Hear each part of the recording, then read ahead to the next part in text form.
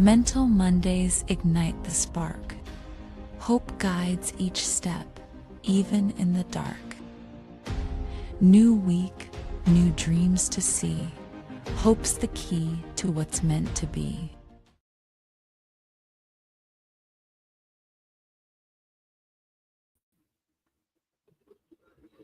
Hey everyone, welcome to Mental Health Mondays with Hope. This is Hope. Woo. I can hear myself being echoed and bounced all around the room.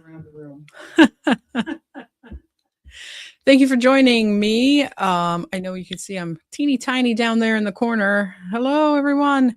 What we're going to be doing this evening is a guided meditation. So I wanted to give you a nice background to take a look at. But before we get started, as I am flying solo, I am affirmation is that I am grateful. I'm grateful to have the ability to have a program like this and to speak with people and hear people's ideas and things that they feel are important to talk about. And of course, I'm grateful for Kendall for allowing me this opportunity. Now, I'm going to do a 30-minute guided meditation with you all. Wonderful thing about our program here with the PA Empowerment Network is that we are on YouTube and also on our website. You can find our programs all still there. So if you would like to do this meditation in the future, then you can just come back to our YouTube page, PA Empowerment Network, and you can view the show. You can go ahead and subscribe to the PA Empowerment Network. Then you'll be able to come back and find all of the shows that you can just review and review and review. So I think we're going to turn that down just a tad, and we're going to get started here today. So welcome everyone. I'm so glad you're here. What I'd like you to do is find a comfortable position. You may choose to sit, or you can lay down. Allow your hands to rest gently. If you're sitting, make sure your legs are not crossed. Make sure your hands are just sitting comfortably where they feel the most natural. If you feel comfortable, gently close your eyes or soften your gaze. You can certainly use our wonderful background for today's show to gaze upon. Take a slow breath through your nose. Hold it for just a moment and slowly release through your mouth. Again, inhale deeply and exhale slowly. Allow your breathing to become natural, effortless, easy. Tonight, this time is for you. Nothing to fix, nothing to accomplish, nothing on the news, nowhere else to be. Just allow yourself to arrive. Eyes closed, breathing in and out, deeply and slowly.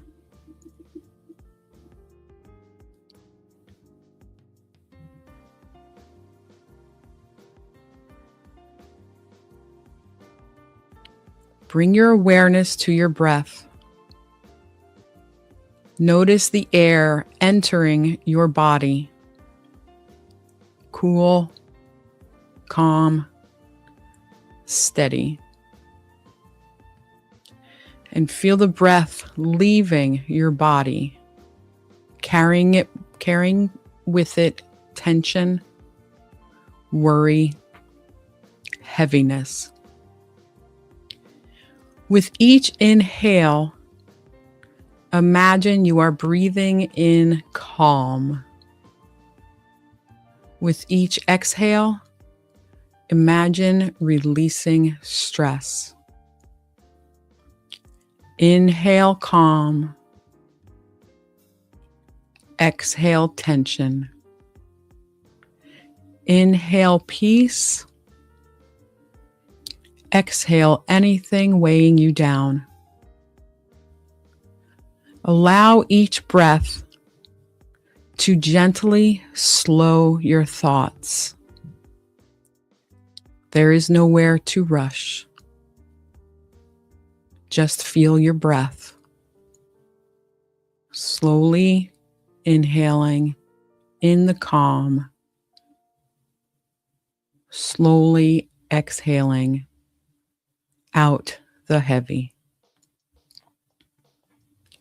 If your mind wanders, that is completely natural.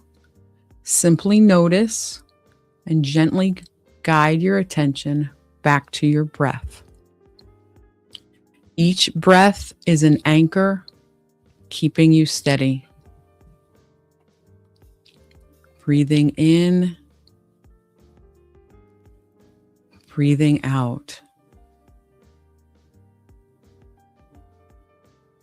See a place that's happy for you as you take each breath in, calming you. Each breath out, releasing the tension. Now bring your awareness to the top of your head. Imagine a soft wave of relaxation beginning there, like warm sunlight, gently melting away the tension. Allow that warmth to move slowly down across your forehead. Relax your forehead. Smooth away any lines, any effort. Allow your eyebrows to soften. Relax your eyes. Let them rest heavily in their sockets. Relax the muscles around your eyes, releasing the need to focus, to watch, to do. Allow your cheeks to soften. Relax your jaw. Let your teeth gently part. Release your tongue from the roof of your mouth.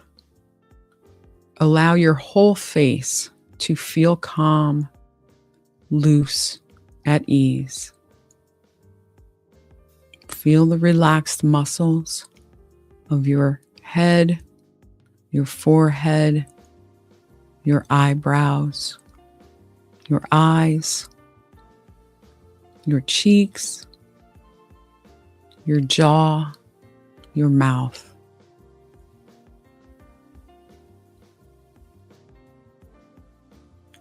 Remember breathing in slowly, breathing out slowly. Now bring awareness to your neck. Allow any tightness to dissolve. Feel the muscles lengthen, soften. Let relaxation flow into your shoulders.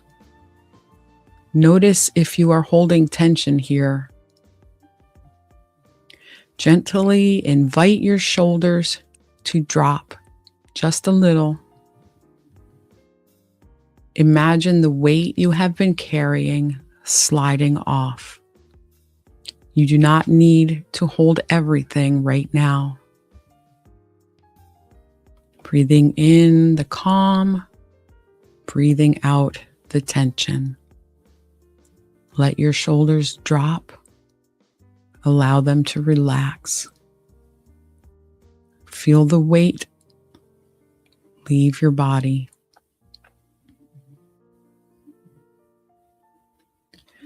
Allow relaxation to flow down your arm, your upper arms, your elbows, your forearms. Allow that relaxation to flow down your arms. Relax your wrists. Relax your hands. Notice each finger. Allow them to rest naturally. Imagine warmth flowing all the way to your fingertips. Breathing in the calm, breathing out the tension. Relaxed arms, relaxed elbows, relaxed wrists, relaxed fingers. Now bring awareness to your chest. Notice the gentle rise and fall of your breath. Allow the muscles around your heart to soften. Imagine creating space inside your chest. Room for ease, for compassion, for peace. Allow relaxation to move into your upper back, releasing tightness, allowing support. Your body knows how to let go. Breathe in the calm, breathe out the tension. Feel your back relaxing. Now relax your stomach. Allow your belly to soften. No need to hold it in or brace. Let it expand gently as you breathe, each breath, breathing in the calm, breathing out the tension. Release tension you may not even have realized you were holding. Breathe in the calm, breathe out the tension. You're relaxed from your head, through your neck, through your shoulders, through your chest, through your back, through your stomach. Allow relaxation to move into your lower back, soothing, loosening, supporting. Feel your body becoming heavier, more supported, more grounded. If you're laying, feel your back sink into what's below you. Breathing in the calm, breathing out the tension. Now bring awareness to your hips. Release tension stored there. Allow your hips to feel supported, safe, steady. Let relaxation flow down your thighs, large muscles softening, letting go. Your legs do not need to carry you anywhere right now. Feel them relax. Feel them release. Breathe in the calm. Breathe out the tension. Relax your knees, your calves, your ankles. Release tension in your feet. Relax the soles of your feet, your heels, your toes. Allow every part of your body to feel calm, heavy, supported, completely at ease. Breathe in and out, slowly, controlled. Feel your body. Feel the weight of your body relaxing into the chair, into the sofa. Let's breathe in the calm. Breathe out the tension. Let's do 5 deep breaths in, 5 deep breaths out. Feel your body relax.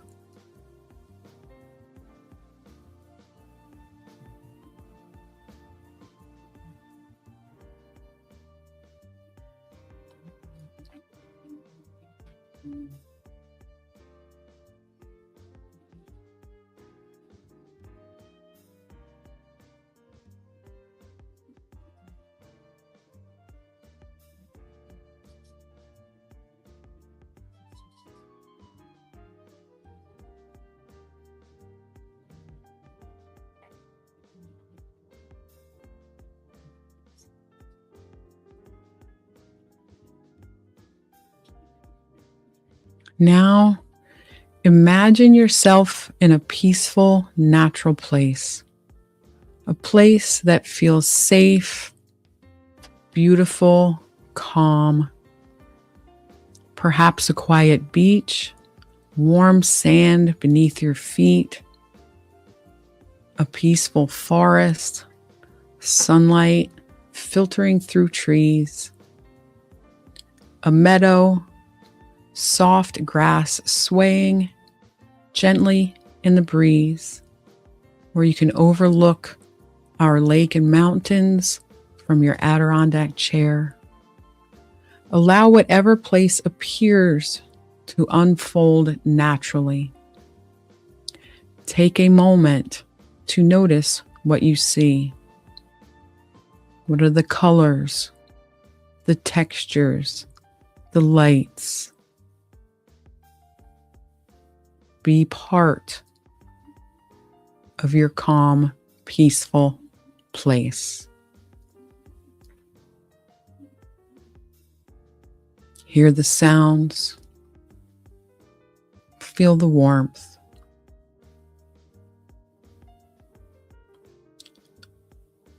What are the sounds around you? Perhaps gentle waves, rustling leaves, birds singing.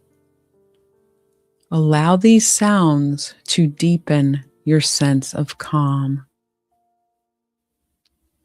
Be part of your surroundings, taking in everything around you.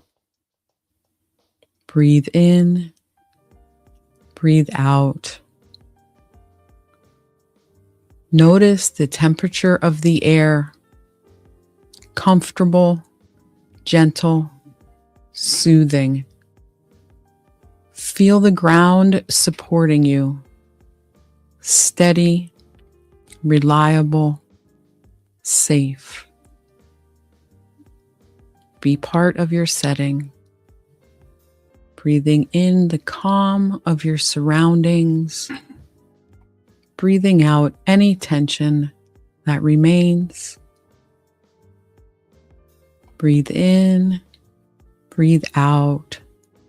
Feel the air, hear the sounds. As you stand or sit in this peaceful place, imagine a soft light above you, a warm, comforting, healing light. This light represents calm, clarity, and peace. Slowly, the light begins to move toward you, gently surrounding your body, like a warm glow embracing you. Breathe in, breathe out.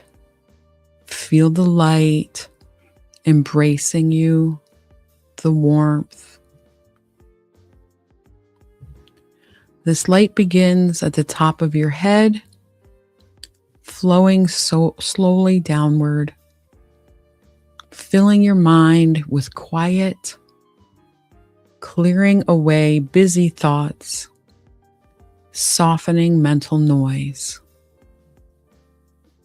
Feel the light Start at your head, move down your body, clearing away the busyness, softening the mental noises, filling your mind with quiet. The light moves into your face, relaxing every muscle, releasing effort, bringing ease. Feel the warmth of the light on your face. It flows into your throat, allowing your voice, your truth, to feel supported. Into your shoulders, melting burdens. You are not required to carry everything tonight. Feel the light releasing your burdens. The light moves into your heart, creating warmth, comfort, compassion. Imagine your heart gently expanding, feeling safe, open, peaceful. Breathe in the calm, breathe out the tension. Feel the warmth, creating comfort, creating compassion, creating peace. Allow the light to move into your stomach, releasing worry, releasing tension, bringing calm. Feel the light, releasing tension, releasing worry. Breathe in the calm, breathe out the tension. Feel the warmth. The light continues down through your hips, your legs, all the way to your feet, grounding you, connecting you to the earth beneath you. You are supported. You are steady. You are safe in this moment. Feel your surroundings. Feel the light. Feel the warmth. You are grounded. The release of tension has gone through your body, out your feet, and into the earth.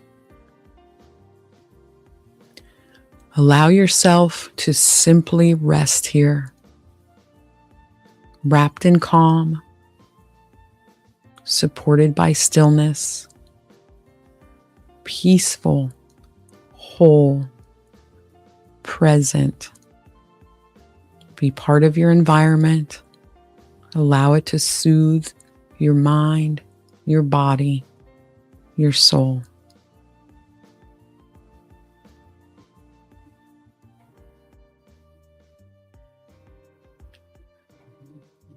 As you are in this place of peace, silently repeat these phrases or simply listen.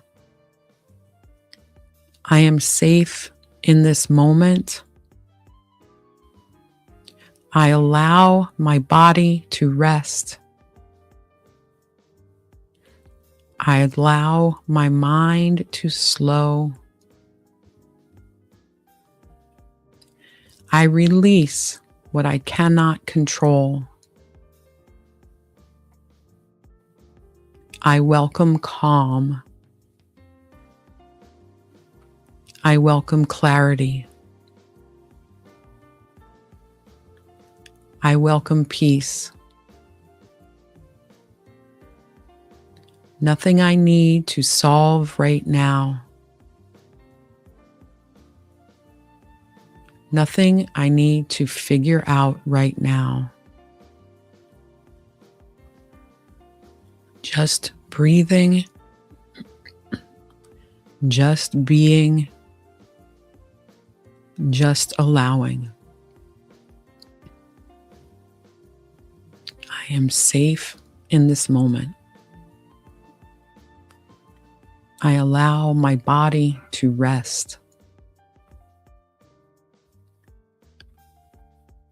I allow my mind to slow. I release what I cannot control. I welcome calm. I welcome clarity. I welcome peace. Nothing I need to solve right now. Nothing I need to figure out right now. Just breathing in the calm, breathing out the tension.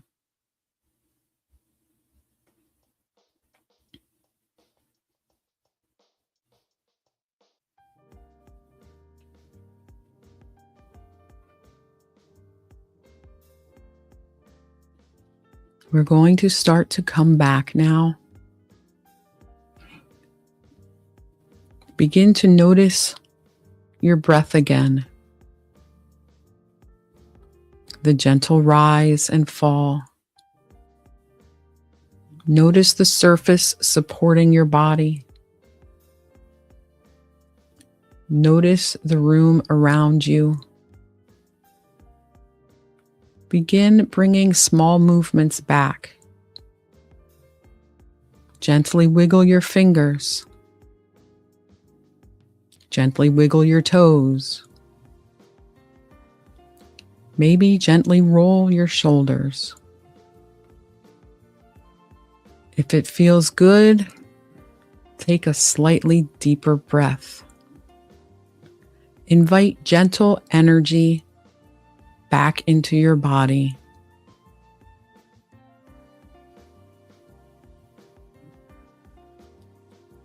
Take one more slow, deep breath in and release. Remember, this feeling of calm is always available to you. You can return to it anytime. When you are ready, gently open your eyes. Take your time.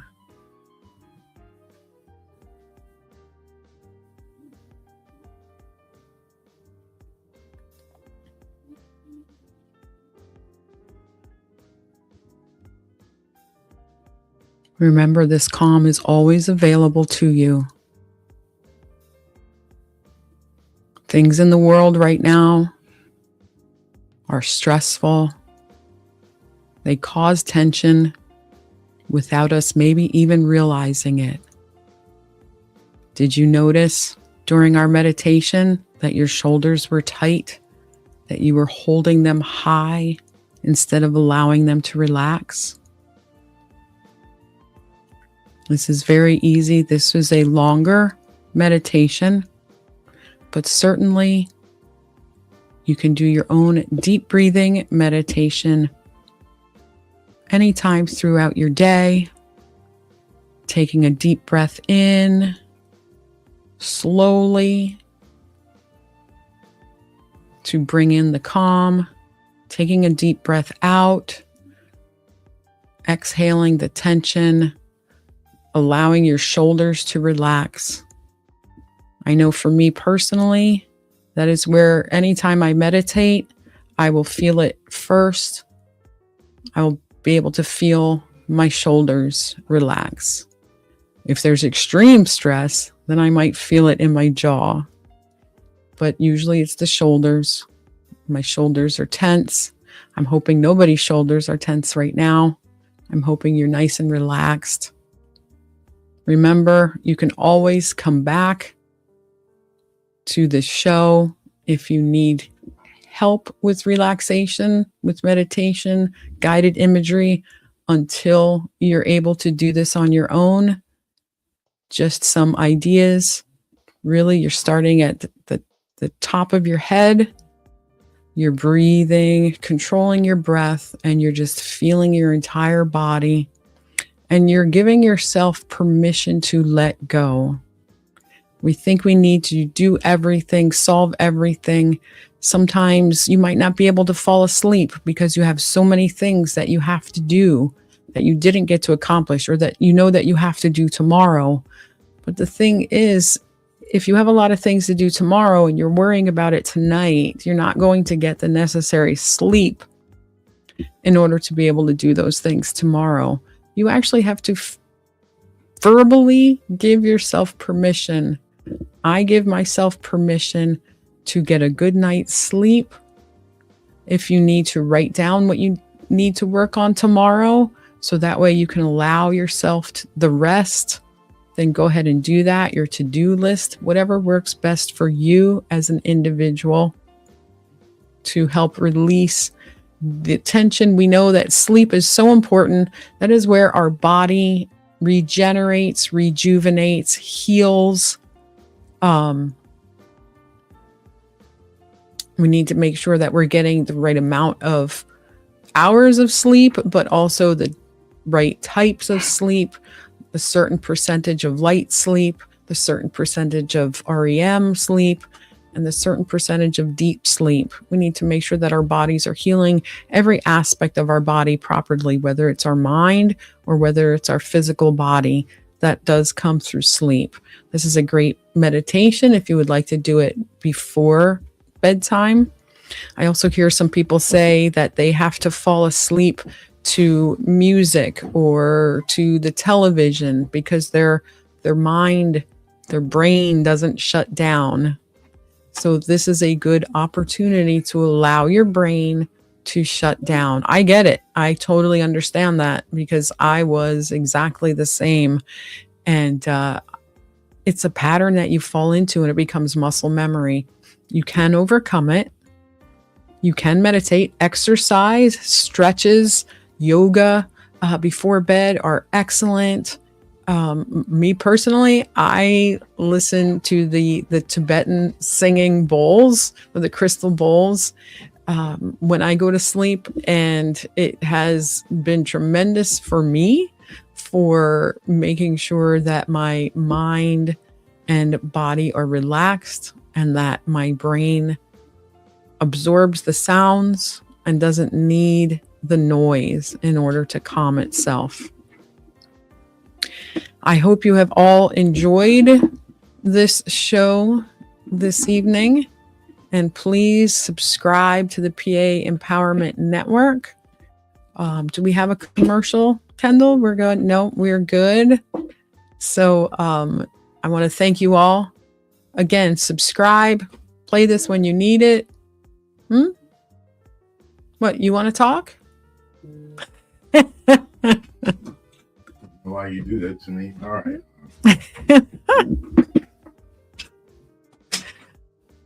Oh, we're going to bring Kendall in. Yay, we're not leaving yet. Hi, Kendall. Hey. So let's blow this up this time. All right. So everybody's in a calm, relaxed mood now. We got to leave them there. Right. You know, I tell you, I was reading a blog by one of the guys at our station here, Ronald Yates. Okay. So he did a blog over the weekend. I thought it was pretty cool because he got an opportunity to talk about men. And he got an opportunity to talk about men and their feelings. Right. And how men hide.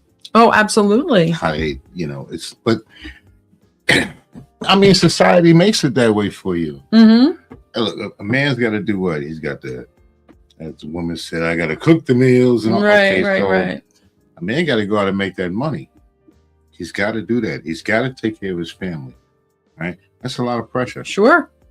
Then he's got the pressures of when he come home from the wife. Right. Right?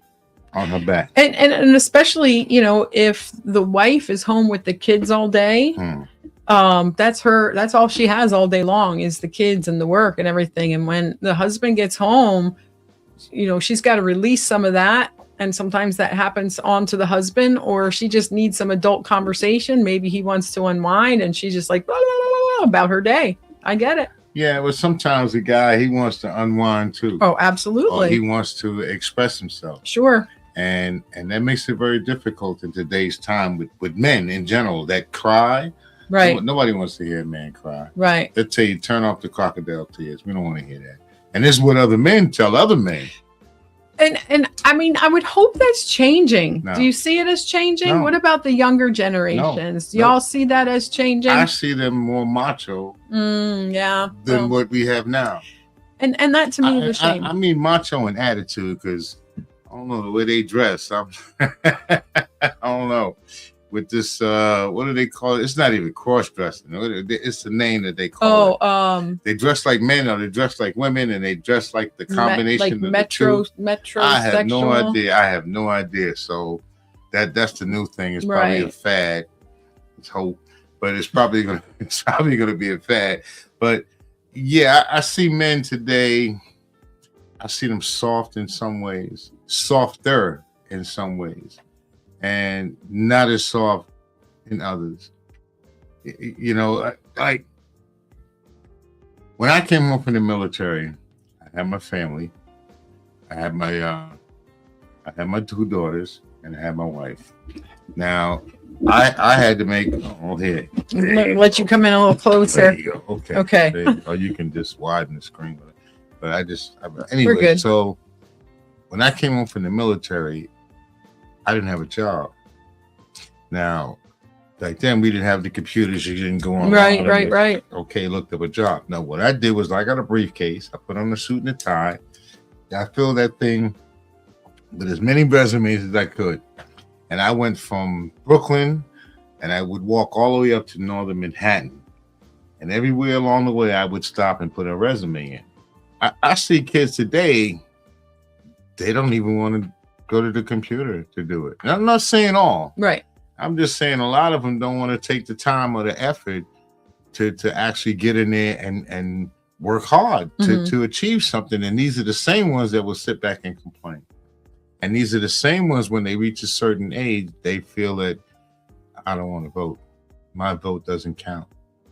So I don't know what are we producing. I don't know if men are we becoming more crybabies, but not crying in the sense of sharing my emotion. Right. But becoming more. You know what it is?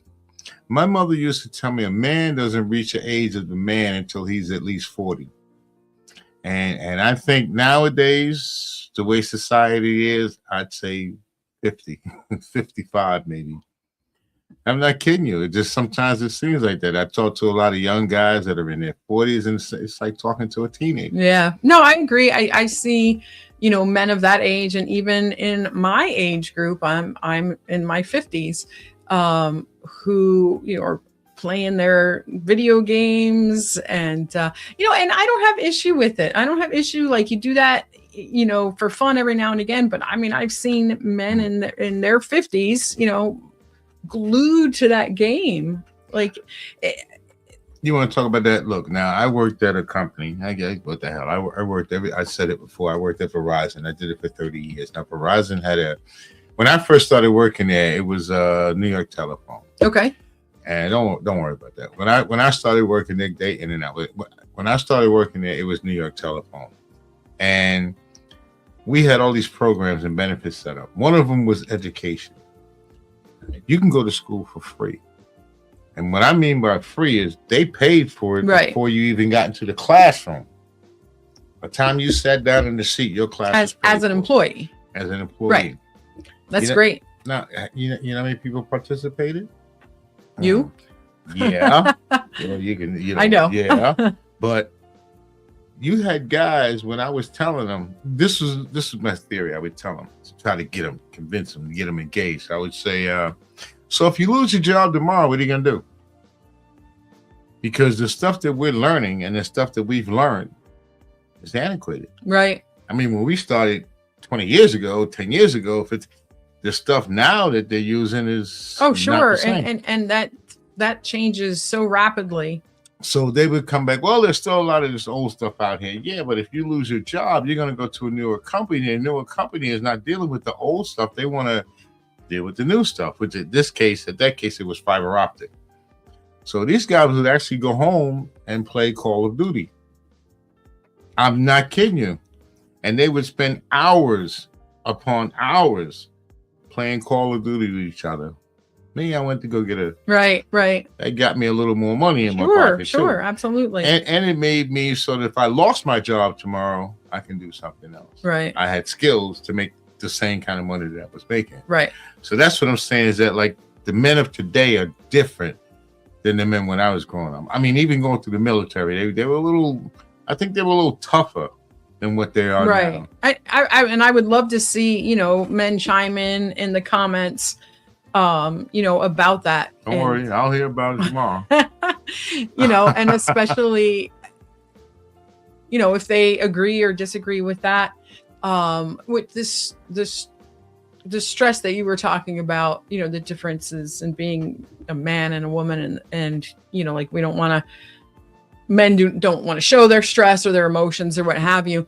I one of the things I really notice a difference is when a couple announces that they're pregnant, or you know, when they're trying to have a child, and you know, not just a hey, by the way, we're pregnant. Like they're actually trying to have a child, where you know the woman is thinking of the emotional aspect of it. Typically, I'm stereotyping, and the man is seeing the dollar signs. Oh, like the woman is like, oh, I'm going to do this to the nursery and that to the nursery. Yeah, and the man is subjective. like, cha-ching, cha-ching, cha-ching. I would say that's subjective. I'm not saying that they're not happy. Don't get me wrong. I mean happy. I mean, that would go from man to man. I mean, because. But I think there's with my son, mm-hmm.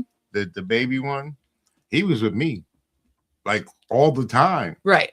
I mean, like we get up in the morning and I took him to school. Right. And there were times that I had to spend a week or two in the city, and he was with me. He wasn't with mama. And in the school, they kept asking, "You sure you married?